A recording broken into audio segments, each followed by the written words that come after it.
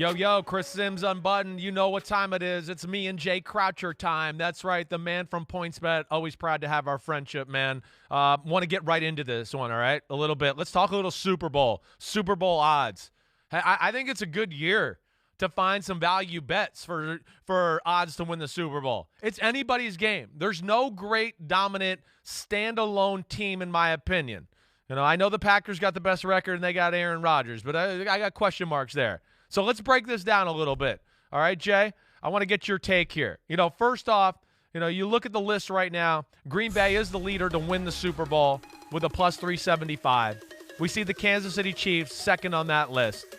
Let's focus on those two teams right off the bat and kind of just get your assessment or feel for why they're the leaders. Is it as simple as Aaron Rodgers? And I'd like to know if you got any dark horses along this list of teams too. Definitely. So Green Bay are the favorite right now just purely because they are the one seed. They have Aaron Rodgers. Like you said, just the one seed in this playoff structure since it's been revamped is just so important to Super Bowl odds, just going straight through to the second round. So that's why Green Bay are favored. We don't think they're the best team in football. Right now, if they were to play Kansas City in the Super Bowl, we would favor Kansas City. The reason the Kansas City is second is because they lost last week and now they're relying on Houston to do them a huge favor and knock off Tennessee to bring the one seed back into play, which I don't think is going to happen as good as Davis Mills or as reasonable as Davis Mills has looked the past few weeks, I guess. So Kansas City, they're in a little bit of trouble in terms of, having to play the extra game most likely. Still think they are potentially the best team. But the concern as well is that this Kansas City defense, which looked, incredible the past couple of months, didn't look so incredible against Jamar Chase and the Bengals, and perhaps is a bit more vulnerable. The offense seems to be back on track. So we think that Kansas City are as good as anyone, but they're not favored because Rodgers has the one seed. And then if you look further down the board, a lot of excellent teams, but also teams that have a lot of question marks. I think the Rams, they might have been the team that surged now that they're in a position to win the NFC West, potentially get the 2 seed, but Matthew Stafford just can't stop throwing pick sixes. So that's just a weird situation to unpack. And then perhaps the team with the most interesting odds are the Tennessee Titans, who, like I said, getting the 1 seed in this playoff structure is so important for your Super Bowl odds. The Titans are right there to get the 1 seed in the AFC, but they're not even one of the 5 favorites for the Super Bowl. Just a lot of question marks about that team. But, of the teams outside the top 5, I think they're definitely the one to look at with position for the 1 seed, with that improved defense, and then also looks like getting Derrick Henry back too. Yeah, 100%. I like a lot of the things you said there. I understand Green Bay being in the lead, and the leader in the clubhouse there, but also I understand why the Chiefs would be favored in a Super Bowl matchup against the Packers or in a game right now. I question the overall top talent level of the Green Bay Packers. They're really good, and they have Aaron Rodgers, and they execute, and they don't mess up games. I don't know if they're a dominant football team. That's where I want to see. I would say to all, bettors out there, wait to see how the play – again, I stated to start the video, right? I don't think there's one great team this year. I do think it's going to come down to matchups in the playoffs more than ever before. I do. And I think there's a lot of teams where, the team in totality might be better, but against this team in this round, this is not a good matchup for them. And I don't, like we just saw last week, again, the Chiefs with the Bengals. It's not a good match. They play, again, don't be shocked that the Bengals beat the Chiefs. They like to play aggressive man-to-man defense in Kansas City. That's not good against the Bengals and that weaponry, like you explained a little bit. So that's where I would caution the bettors or say, hey, wait a few days and let's see what the bracket shows us here in this conversation. Because the other thing I look at, and you brought it up, the Titans are the team still that I look at I just think the public's disrespecting them.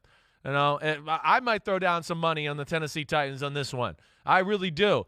First off, one less extra game. I don't expect them to lose to Houston this week. They beat the crap out of Houston the first time they played. They just made some dumb turnovers in the rain.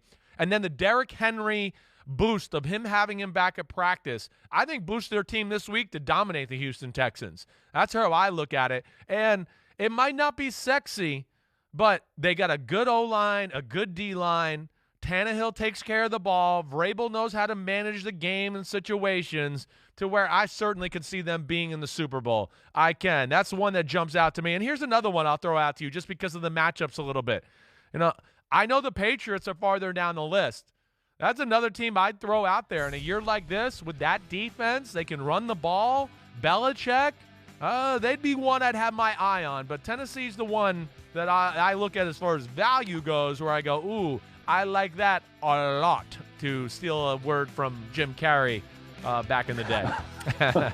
Yeah, very good. I think with Tennessee, the question, maybe even more than Derrick Henry, is Julio Jones. Yeah. Because they haven't gotten the best Julio Jones this year. There have been flashes, a couple of games where he's looked like his old self, but not really in a sustained stretch. And, just getting this extra week for Julio to get healthy, for Henry to get healthy. Because the story with Tennessee is last year their defense was atrocious. This year it's been really good. Right. And if their offense can get back to what it was last year, where it was excellent, and I think that, Derrick Henry, obviously he's Derrick Henry. He changes the running game, but he's almost more important for the passing game. Because then when Tannehill is off play action going to A.J. Brown and a potentially healthy Julio Jones, then the Titans might be, one of the 3 or 4 best teams in football if it can all coalesce.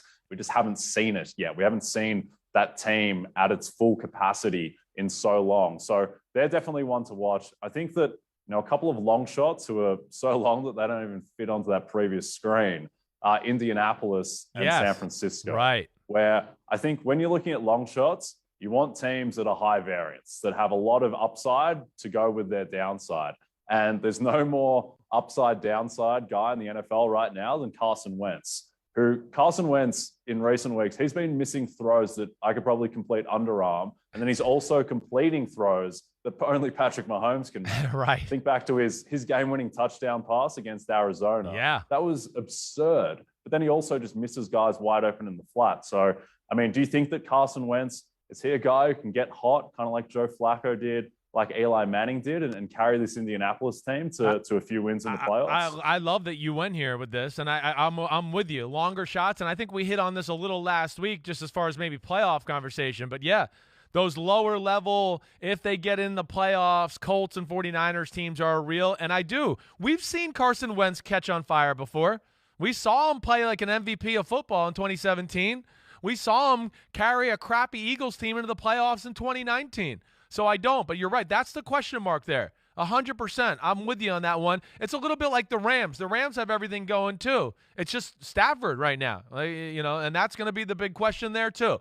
So, but I like your thoughts there with the Colts and the 49ers. I'm glad you brought them up because they are far down the list. But again, in a year where we don't see a dominant team, I wouldn't be shocked if we were sitting here championship weekend and the Colts and the 49ers were in that weekend playing to go to the Super Bowl. Not at all.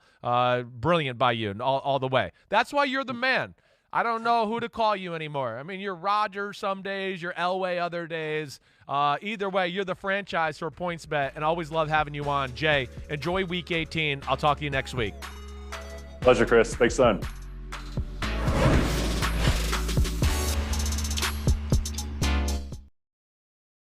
Hi, I'm Mike Tirico, and thanks for watching. Make sure to hit subscribe for the latest news and highlights from NBC Sports.